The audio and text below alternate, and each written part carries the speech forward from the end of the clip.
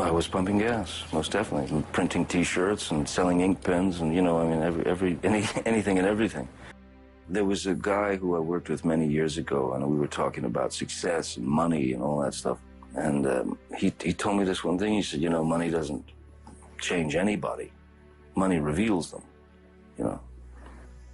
Same thing with success, and I believe that, wholeheartedly. I'm still exactly the guy that used to pump gas, I'm still the guy that was a mechanic for a minute, I'm still, exactly. I just happen to have a weirder job at the moment. If we could celebrate every breath that we take, because nothing's a guarantee.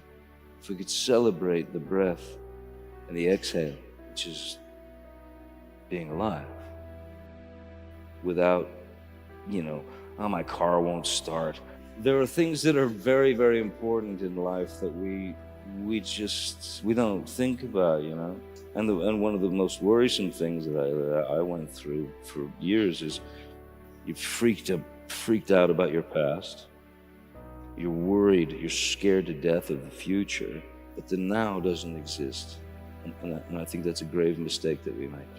By the time you were 15, that you had lived in 20 different homes, is that true? My mom liked to move a lot. A lot. A lot? Yeah. One time we moved from one house to the house next door. So how do you adjust? How do you get to be, if you're going in a different school all the time? Well, it was kind of normal. We didn't know anything else, you know. So for us, it was kind of normal. I moved to Los Angeles in 1983, and was basically an unemployed musician, and a buddy of mine, Nicolas Cage. Yeah. I was filling out job applications, and Nick suggested that I meet his agent because he felt I should be an actor. Why? Don't know. Don't know. Still don't know. Okay.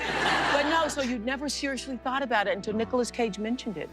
Yeah, I mean, and for me, it was really just, I just thought, well, at this point, I'll do anything. I just got to pay the rent, I was on the verge of being evicted. And... So you consider yourself lucky? Very lucky, yeah. But you have to have talent to meet the luck, right? Somebody hands you the ball, and you run, I mean, and if you get hit, you get hit, or maybe you make it through. You never know. But, I mean, I just know that somebody handed me the ball at a certain point, and I was hungry enough to keep running, and I'm still running. I maintain a hunger, but not an ambition. You went to play music when you quit school. You didn't go to become an actor. I started playing the guitar at the age of 12. Yeah, it was the first real passion that I had. So I literally don't remember going through puberty because I locked myself in a room at the age of 12, 13, and just played the guitar, learned things off records, and taught myself how to play. And it was my life.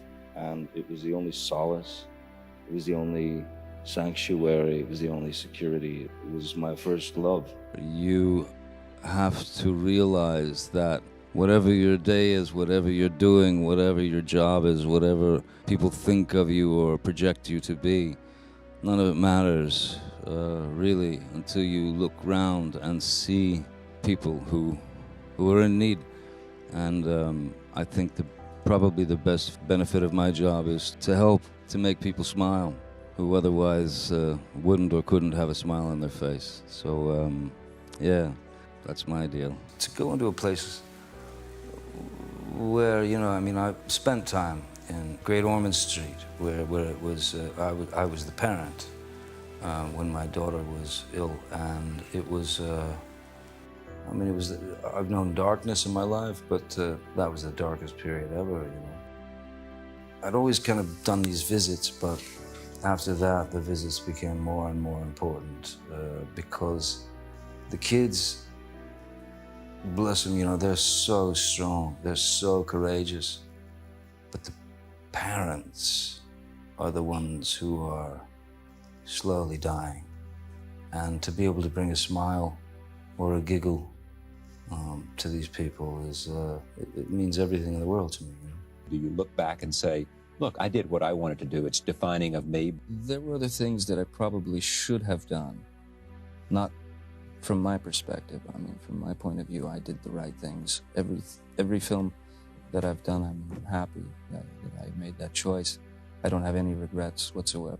Most people would say that if you wanted to be a leading man in a traditional way, it was yours there for the taking, and you didn't want that. I think any actor, given a certain amount of success or given a certain amount, somebody hands you the ball, you run with it.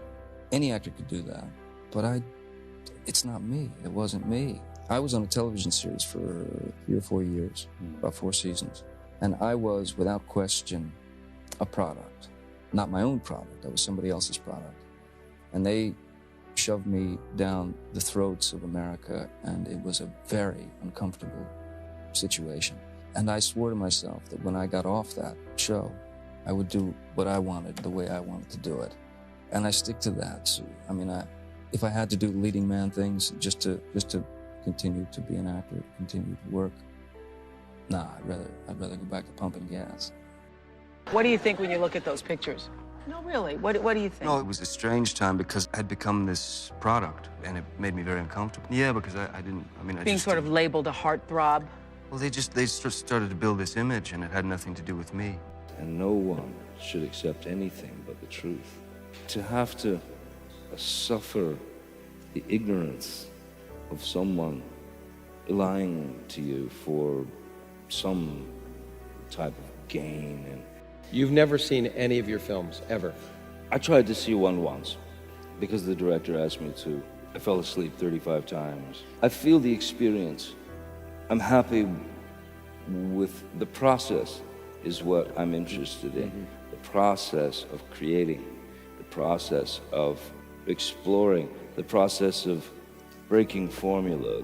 Damaged characters are more interesting because that's what's great about the work. Everybody's damaged. Everyone's damaged on some level, and I'm fascinated with human behavior. I'm fascinated with the flaws of the human being. I mean, I'm just fascinated. It's a strange thing because the greatest thing you can do as an actor, I think, is to be an observer. And at a certain point, something bizarre happens, and you're not able to observe in public anymore because everyone is observing you. So that's a kind of danger. Since May 27th, when my daughter was born, I've been floating. I smile constantly, which I never did before. And you never imagined you would have it this kind of... No, you can never. Everybody tells you, and you know what they're experiencing. You know it's going to be something, sublime. But no, you just don't. You can't imagine until it actually happens. When you see this little angel arrive, she's everything. The baby's everything. It's so amazing. My little family. It's unbelievable. It's I don't know. It's the only thing that's ever happened. Really, the only thing. Everything else is smoke. What were you worried when you turned 50? No, it was like, it was just a wake up. It's another day, and everybody makes a deal about, the idea of, 50, half a century and stuff like that. It felt like 40 to me. It just felt like another decade, really, I mean, both grown-ups and kids love him so much. What is it about him, you think, that makes... Well, for one, I think he's a major talent. 2, he's awesomely good-looking. 3, he's not like most people we know. There is something offbeat about him that is intriguing and ultimately attractive. There's something magical about him. My kids call him Uncle Fun, and he is, when you are with him, you are pretty certain that nobody else is having as good a time as you are. I came here for you, the people, who, through whatever good times or bad, have stood by me, trusted me, and you've, thank you. And you have no idea how much I appreciate it. I love you too.